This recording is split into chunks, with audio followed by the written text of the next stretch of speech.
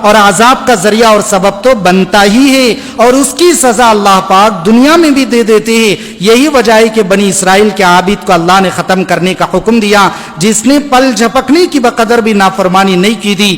جبرائیل کو اعتراض ہونے لگا تو اللہ نے اس عابد کی جو علت اور وجہ بتلائی وہ یہی، فَإِنَّ وَجْهَهُ لَمْ يَتَمَعَّرْ فِي سَاعَةً قَطُّ، اے جبرائیل بے دینی کو دیکھ کر اس کے چہرے پر شکن نہیں آیا، یہی اس کا بہت بڑا جرم ہے، لہذا اس کو بھی الٹ دو اور اس کے ساتھ اس بستی کو بھی الٹ دو۔ جس امت کو خدا نے کام ویسے نہیں دیا تھا تو اتنی پکڑ کام پر فرما لی، یہ امت کو اللہ نے خیر امت کہہ کر کام دیا۔ اس لیے اپنے کام کی بڑی نگرانی، ہم کام تو کر رہے دوستو، لیکن کیسے کر رہے؟ کیا یہ کام ہمارا کافی ہے؟ یہ کام جتنی ضرورت ہے اتنا کیا جا رہا ہے؟ اس علاقے کے اندر اللہ نے آپ حضرات سے بہت کام لیا ہے، یہاں کا کام دیکھ کر لوگوں کو تعجب ہوتا ہے، آنے والی جماعتوں کو، کہ کتنی تیزی سے یہاں پر کام ہو رہا ہے۔ یہاں سے لے کر نظام الدین تک اس علاقے کی شہرت اللہ نے رکھی ہے کہ اس علاقے کے لوگوں کو ہر زمانے میں اللہ نے بہت قبول کیا ہے۔ اس صوبے کے اندر بھی اللہ نے صف اول کے اندر اس علاقے کو رکھا ہے، لیکن سیرت سے جو جزیے کا پتہ چلتا ہے وہ یہ ہے، جو کام ہو گیا وہ کام تو ہو چکا ہے، اس سے نظریں پھیر لی جائے۔ اخلاص کا تقاضا ہے، جو کام ہو گیا اس کا ذکر نہ کیا جائے، بلکہ ذمہ داری یہ ہے جو کام باقی ہے اس کے بارے میں سوچا جائے۔ جو کام بچ گیا، اللہ کے نبی صلی اللہ علیہ وسلم سے اللہ نے کہا تھا اگر آپ چاہے تو آپ کی آدھی امت کو بغیر حساب کتاب کے جنت میں داخل کر دے۔ حضور نے فوراً سوال کیا میری باقی امت کا کیا ہونے والا ہے؟ باقی پر نگاہ رکھنا یہ سیرت کا خاصہ بتلایا گیا ہے۔ باقی کام کے سلسلے میں ایک آدمی کا اسلام سے نکلنا، 1,00,000 لوگوں کا نکلنا، دونوں ہمارے لیے برابر کی حیثیت رکھتے ہیں۔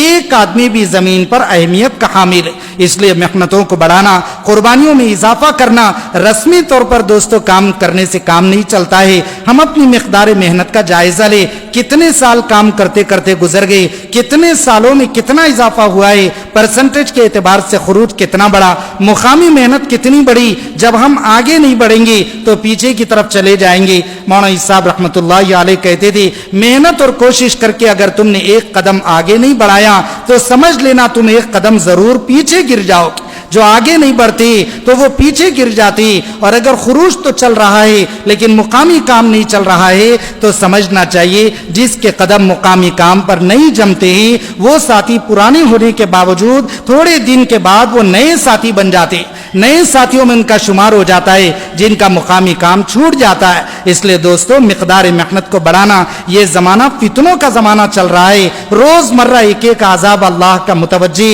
ایک مسئلے سے فارغ ہوتے نہیں دوسرا وجود میں آ جاتا ہے، انفرادی سے فارغ نہیں ہو اجتماعی آ گیا، زمینی حکومت کے عذاب سے فارغ نہیں ہوتے، آسمان سے ایک عذاب نازل ہو جاتا ہے، کس کس کے مسئلے کو حل کیا جائے، سارے مسائل کا حل کام کرنے والے کام کی مقدار کے بڑھانے میں سمجھتے۔ کام کرنے والوں کا یہ 100% یقین ہونا چاہیے، مقدار محنت کو بڑھانا یہ 100% مسائل کا حل بنتا ہے۔ مولانا صاحب رحمۃ اللہ علیہ جب ہندوستان کے 2 ٹکڑے ہو گئے، حالات بہت ٹیڑے چل رہے تھے، تو ان فتنوں کو حل کرنے کے لیے 4 پیدل جماعتیں چلائی تھی، مشرق مغرب شمال جنوب، 4 سمتوں کے اندر جماعتوں کو چلا کر کہا تھا جتنی تیزی سے تمہارے قدم اٹھیں گے اتنا جلدی اس ملک کے فتنے کو اللہ تمہارے قدموں کے نیچے کچل دے گی۔ یہ راستہ بتلایا اللہ کی مدد کو لینے کا سب سے بڑا ضابطہ مقدار محنت کو بڑھا لینا ہے۔ مقدار محنت کو بڑھانا یہ سب سے مضبوط سبب ہے زمین پر کہ اللہ کی مدد ہماری طرف متوجہ ہو سکتی ہے۔ خطبے کے اندر یہ جو جملے کہے جاتے عجیب و غریب جملے، اللہم انصر من نصر دین محمد، اے اللہ تو اس شخص کی مدد فرما جو تیرے دین کی مدد کرتا ہے، جو تیرے دین کو آباد کرتا ہے، اور اسے تو برباد کر دے جو تیرے دین کو برباد کرتا ہے۔ مولانا الیاس صاحب رحمۃ اللہ علیہ خطبے کے اندر بیٹھے ہوئے جمعہ کا دن ہے، جب خطیب نے یہ خطبہ پڑھا اور خطبے کے اندر یہ جملے کہے تو حضرت نے چلا کر کہا ارے خطیب صاحب اور ایک جملہ آگے بڑھا لو، ولا تجعلنا معهم، اللہ ہم کو دین کے برباد کرنے والوں میں سے نہ بنائے۔ اسی وقت سے یہ جملہ خطبے میں بڑھایا گیا نظام الدین میں۔ ابھی گزشتہ شیمائی مشورے میں حضرت بتائی تھی کہ اسی وقت سے خطبے کے اندر یہ جملہ بڑھایا گیا، اے اللہ ہم کو دین کے آباد کرنے والوں میں سے بنانا اور دین کے برباد کرنے والوں میں سے مت بنانا۔ اس کے بعد حضرت نے مجمع کو جمع کر کے خطیب صاحب سے کہا جانتے ہو دین کو برباد کرنا کیا ہے؟ تو اس کے بعد حضرت نے کہا دین کی محنت کو چھوڑ دینا یہی دین کو برباد کرنا ہے۔ تو مجمع میں جو آدمی دین کی محنت چھوڑا ہوا ہے وہ اپنے آپ کی بربادی کی بد دعا کر رہا ہے، وہ یہ کہہ رہا ہے کہ اللہ مجھے برباد کر دے کیونکہ میں نے دین کو برباد کیا ہے۔